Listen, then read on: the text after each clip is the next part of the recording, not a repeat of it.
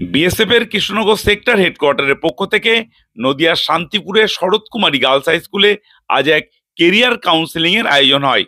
এই সেশনে বিএসএফ এর অ্যাসিস্ট্যান্ট কমান্ড্যান্ট আমনদীপ কর, মহিলা কর্মী রীতা ঘোষ, তনুশ্রী ঝা ছাত্রীরা কিভাবে অনলাইনে ফর্ম পূরণ করবেন, কিভাবে পরীক্ষার প্রস্তুতি নেবেন, কি যোগ্যতা বা বয়সসীমা কতদূর তা নিয়ে সমস্ত কিছু খুঁটিনাটি জানা। আমিও একটা মেয়ে, এখানে আরো ম্যাডামরাও আছেন, প্রত্যেকেই কিন্তু এইভাবেই আমরা এসেছি। মনের সাহস, সব থেকে আগে হচ্ছে সাহস আমাদের। আর ফার্স্ট যেটা হয় এক্সাম, শুরুতে হবে এক্সাম, টোটাল 160 নম্বরের পরীক্ষা। এদিন কেরিয়ার কাউন্সেলিং এর সেশনে 100 জন ছাত্রী ও বিদ্যালয়ের এনসিসি ক্যাডেট সহ শিক্ষিকা বৃন্দ উপস্থিত ছিলেন। সেশনে যোগ দিয়ে ছাত্রী ঈশিতা সরকার, চাঁদনী খাতুন বিএসএফ এর বাহিনীতে চাকরির প্রবেশের প্রস্তুতির পথ খুঁজে পেয়েছেন বলে মত ব্যক্ত করেছেন। আমরা খুব উপকৃত হয়েছি এবং আমি ভবিষ্যতে চেষ্টায় থাকবো যাতে বিএসএফ এ আমি জয়েন করতে পারি।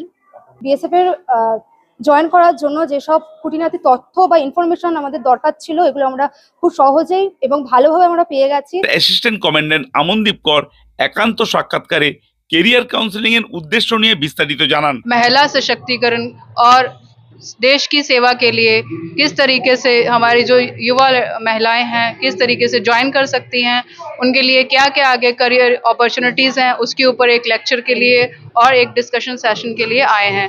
সেশন থেকে বিদ্যালয়ের ছাত্রীরা অনেকটা দিশা পেয়েছেন বলে বিদ্যালয়ের শিক্ষিকা সাথী সরকার মন্তব্য করেছেন।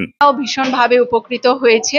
যেদিকে আমরা উচ্চ মাধ্যমিকের পরে অনেক মেয়েরাই আমরা দিশা খুঁজে পাই না যে ভবিষ্যতে কোন দিকে এগোবো, তো সেই দিক থেকে এই যে আজকে একটা প্রোগ্রাম হলো কেরিয়ার কাউন্সিলিং এর প্রোগ্রাম বর্ডার সিকিউরিটি ফোর্স থেকে, সেটাতে আমার মেয়েরা ভীষণভাবে উপকৃত।